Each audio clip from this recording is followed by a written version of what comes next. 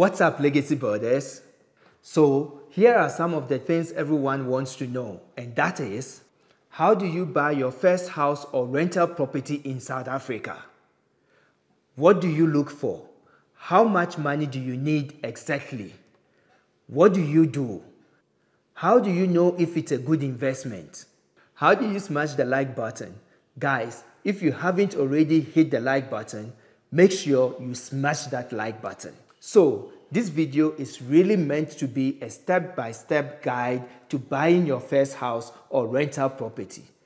And then, from there, you can continue doing your own research into finding out which property is right for you. So, let's get straight into it. Okay, so at the very beginning and before you even think of investing in property, you are going to need to do a few things first to prepare financially. Step 1. You will need a deposit to invest in property. Typically in South Africa, most lenders want to see about a 10 to 20% deposit anytime you buy a property.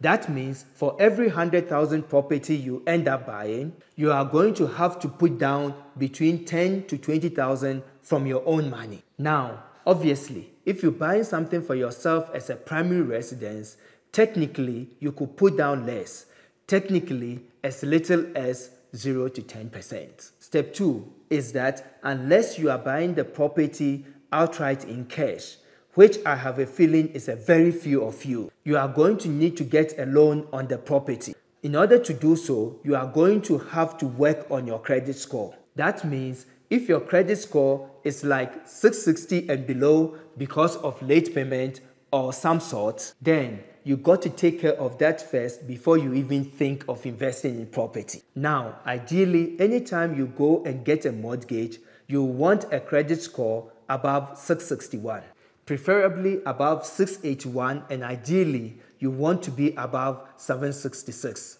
The thing is, to get the best rate in a mortgage, you need to have above 681 credit score. Above this is the rate that lenders really give you, the best rate possible.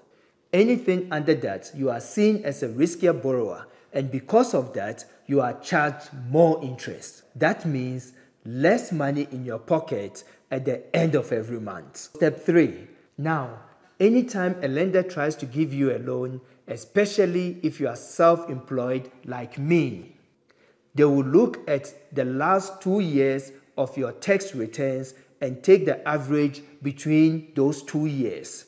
This means that if in year number 1 you made 50,000 and in year number 2 you made 100,000, the average of that is 75,000 rand, and that is the amount that they will give you on your loan. In addition to that, they usually want to see anywhere between 3 and 6 months of your bank statement, proof of your employment, your proof of income, your proof of any other liabilities or asset that you have, and make sure that you have all these documents in order because they will be asking for it. So step 4 is checking your affordability with a lender before you do anything. Otherwise, trust me, this is what's going to happen. You are going to go out there, start looking at properties, and like the first place you see is going to be absolutely perfect. Then you are going to go to the lender and find out that the place you are looking for is out of your range and you can't afford it, and you are going to be heartbroken. So instead, here is what you're going to do. You're going to go to a lender first, give them all your paperwork, your tax returns, your bank statement, your everything. If you have no idea what your credit is, I highly recommend you run it on trustunion.co.za. Trust Union, if you guys are watching this, please sponsor me because I'm giving you a ton of free promotion here. For real though, you could sign up for free in like 5 minutes. Now, this is so important. You do this for a few reasons. Number 1, you will know from the lender exactly what you could afford so that you don't waste anyone's time or your time seeing something that's just out of your price range. Number 2, if you see something you do really like, you've saved a lot of time because you already have all the information with your lender and they are pretty much ready to go just pending them running your credit. Since you've got that out of the way, you've spoken with your lender, you've figured out exactly what you can qualify for, start looking at all the properties on the market. This is really the fun part of it. Look at everything possible within your price range. When it comes to me buying a property, I see absolutely everything on the market. I will see 25 to 60 places. And once you start seeing more than like 20 to 25 homes, you are going to know exactly why something is priced that way. You will have a really good understanding once you've seen more than like 20 homes or so. Now, until you've seen a lot of homes on the market, you could end up seeing the perfect deal, but yet not being able to recognize because you have nothing to compare to.